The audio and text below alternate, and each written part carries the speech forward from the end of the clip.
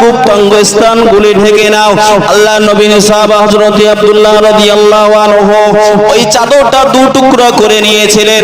সেখান থেকে ওনার উপনাম হয়েছে জুলবাজাতাইন, অর্থাৎ দুই চাদর ওয়ালা। জোরে বলুন না সুবহানাল্লাহ।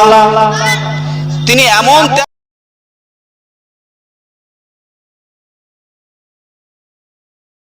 থেকে একা একা পানি তুলে দিলাম।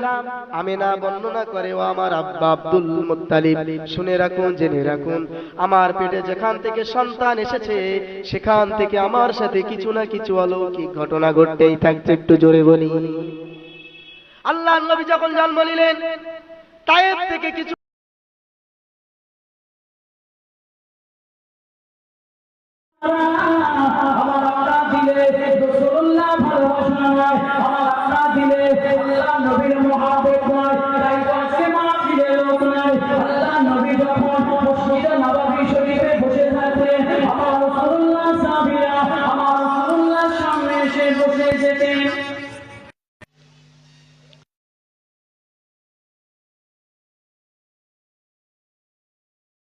নবী মুহাম্মদুর রাসূলুল্লাহ সাল্লাল্লাহু আলাইহি ওয়াসাল্লাম দ্বীন প্রচার করতে শুরু করেছেন। কখনো খেয়েছেন, কখনো খান নাই, কখনো একটু আরাম করেছেন, কখনো আরাম করা হয় নাই। তারপরে দিনটাকে প্রচার করতেই তিনি শুরু করেছেন।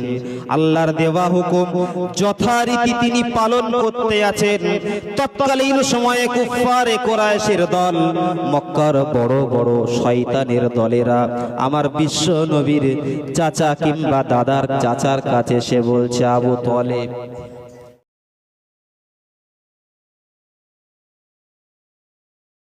আমি সব কিছু দেখতে পাই।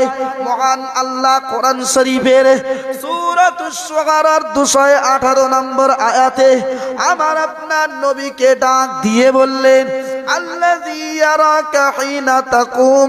ওগো নবী, আপনি যখন নামাজে দাঁড়িয়ে যান, আপনি যখন নামাজে দাঁড়িয়ে যান, ওয়া তাকাল্লুবাকা ফিস সাজিদিন, এবং যারা নামাজ পড়ে আপনি যখন তাদের আল্লাহর ওলি, ও আল্লাহর ওলি, আপনি যে সুবহানাল্লাহ বললেন, ও সুবহানাল্লাহটুকু আমাকে দিয়ে দেন, আমাকে দিয়ে দেন। আসমান জমিনে যত জায়গা ফাঁকা আছে, আসমান জমিনের যত জায়গা ফাঁকা আছে, সুবহানাল্লাহর ওসিলাতে আমার আল্লাহ পাক দয়াময় দয়া করে কবরবাসীদের কবরের আযাবকে মাফ করে দেয়। জোরে বলুন সুবহানাল্লাহ, আর জোরে বলুন সুবহানাল্লাহ।